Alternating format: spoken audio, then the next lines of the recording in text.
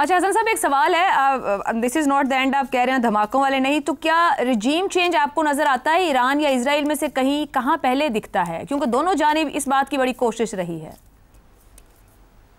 دیکھیں بات سنیں, نیتن یاہو ویسے ہی ایک ناپسندیدہ آدمی ہے, وہ فارم 47 ٹائپ, وہ ان کا رواج نہیں ہے, میں سمبولک بات کر رہا ہوں. نیتن یاہو از اے ہیٹڈ پرسن, مطلب وہ وہاں کے لوگ بھی اس کو پسند نہیں کرتے, اور اس کی بے شمار میڈیا شیڈیا پہ پتہ لگتا ہے نا, ہمیں ظاہر ہے مجھے خواب تو نہیں آتے, تو پتہ نہیں آپ نے کیا سوال کیا تھا, مجھے تو دلچسپی نہیں, مجھے پہلے بھی نہیں تھی.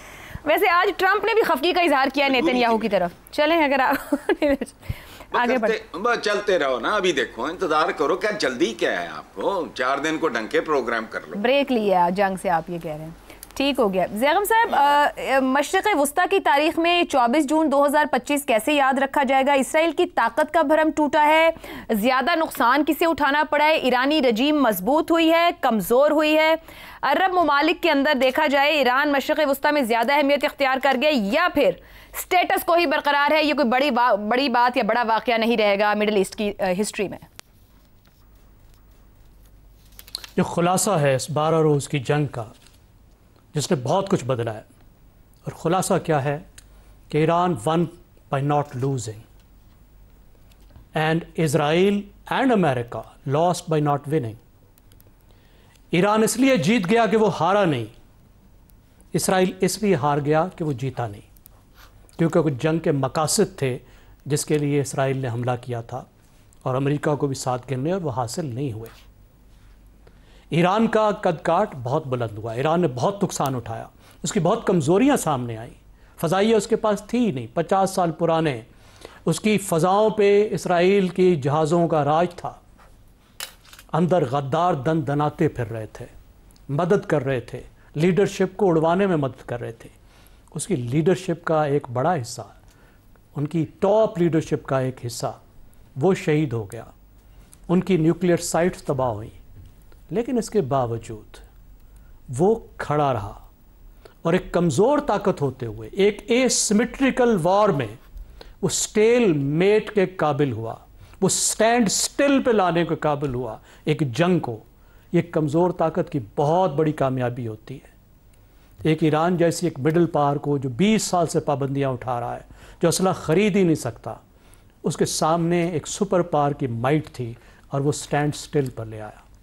اس سے تو بہت اس کا امیج بڑھ گیا ہے, اور اس سے اس کا ایک ڈیٹرنس پیدا ہوا ہے کہ وہ اسرائیل کو جواب دینے کی صلاحیت رکھتا ہے, اسرائیل پر پین انفلیکٹ کرنے کی صلاحیت رکھتا ہے, وہ دنیا کی معیشت کو ہلانے کی صلاحیت رکھتا ہے.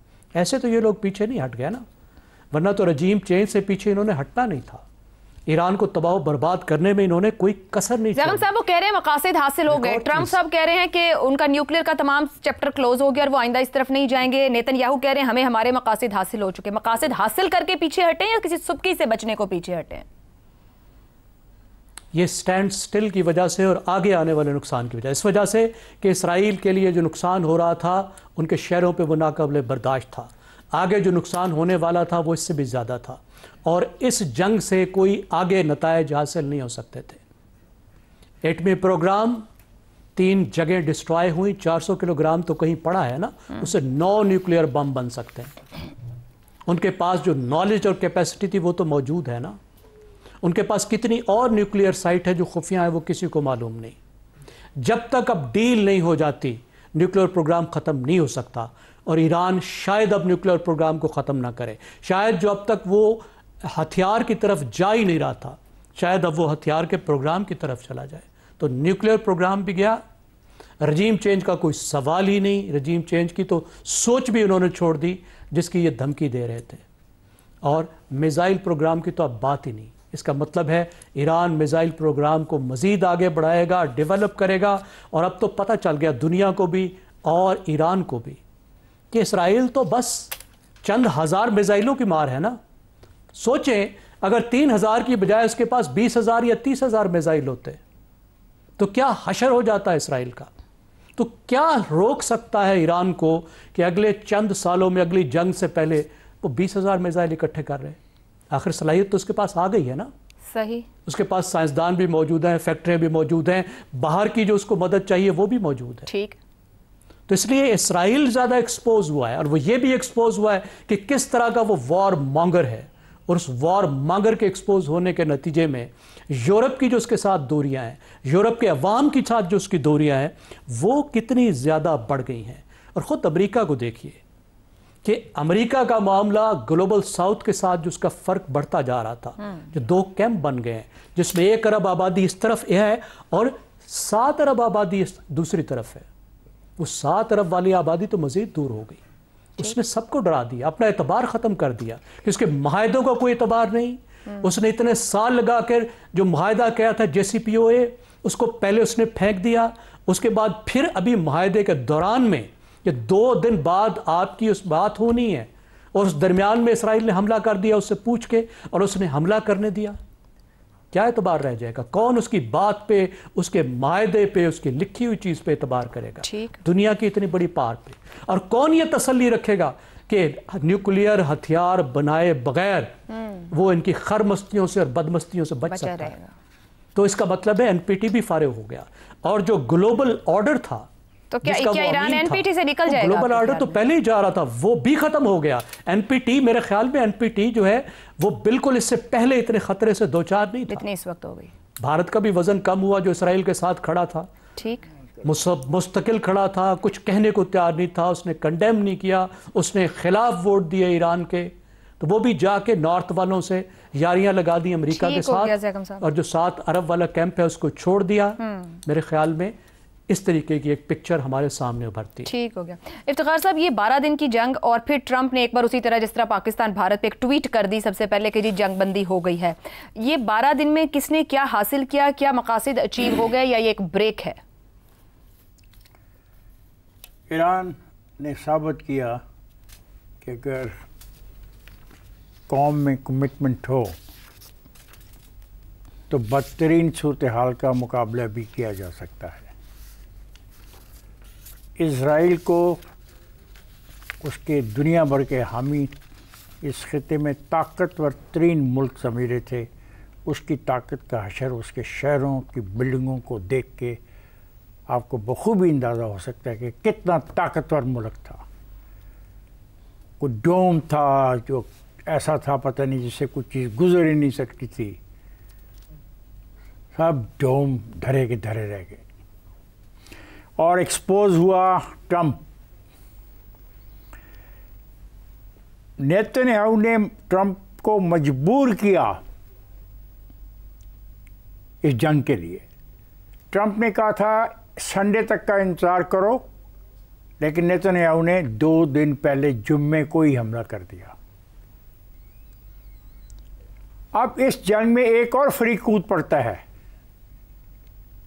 چلے ایران اور اسرائیل کی جنگ کی سمجھ مجھے سے عام آدمی کو بھی آتی ہے, لیکن امریکہ نے کیا کیا؟ امریکہ نے اسرائیل کو بچانے کے لیے اپنا وہ ہتھیار استعمال کیا جو اخلاقی طور پہ اس کو استعمال کرنے کی اجازت ہی نہیں ہونی چاہیے, اور کسی ملک کے پاس ایسا ہتھیار نہیں ہونا چاہیے جو اس نے پہلی دفعہ تورا بورا میں استعمال کیا اور اب ایران میں استعمال کیا 3 جگہوں پر. کیا بگاڑ لیا؟ اسرائیل کو بچانے کی کوشش کی. اسرائیل اب بچ نہیں پائے گا, اور اس کے ساتھ مشرق وسطی کے تمام ممالک ایکسپوز ہو گئے. ان کا تمام جو ایک کامن انٹرسٹ تھا کہ ہم سب مسلمان ہیں اور دین کے لیے کھڑے ہیں, وہ ٹوٹلی ایکسپوز ہو گئے.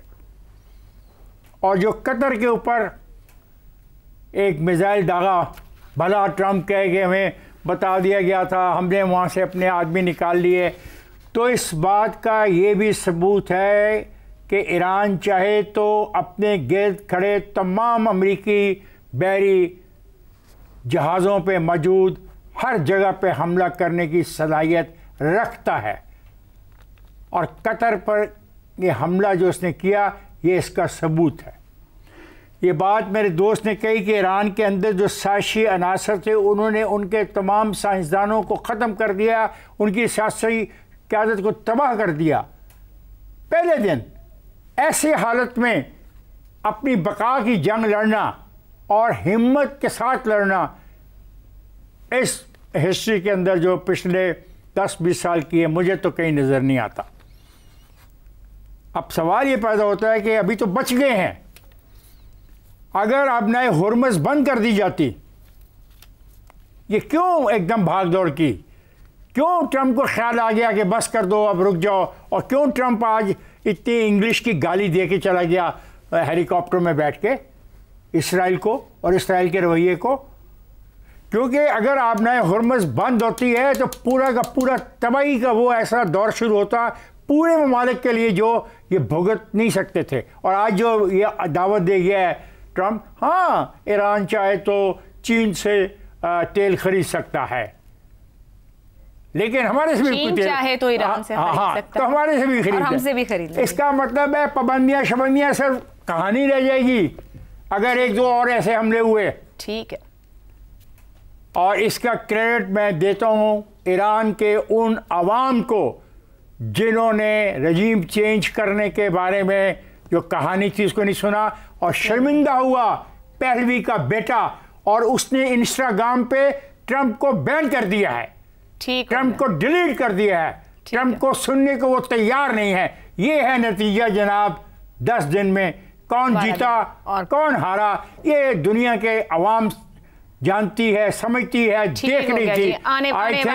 آئی تھنک سو کہ جو قومیں کمٹمنٹ کے ساتھ لڑتی ہیں ان کے نتائج ان کے حق میں جاتے ہیں۔ درست ہو گیا۔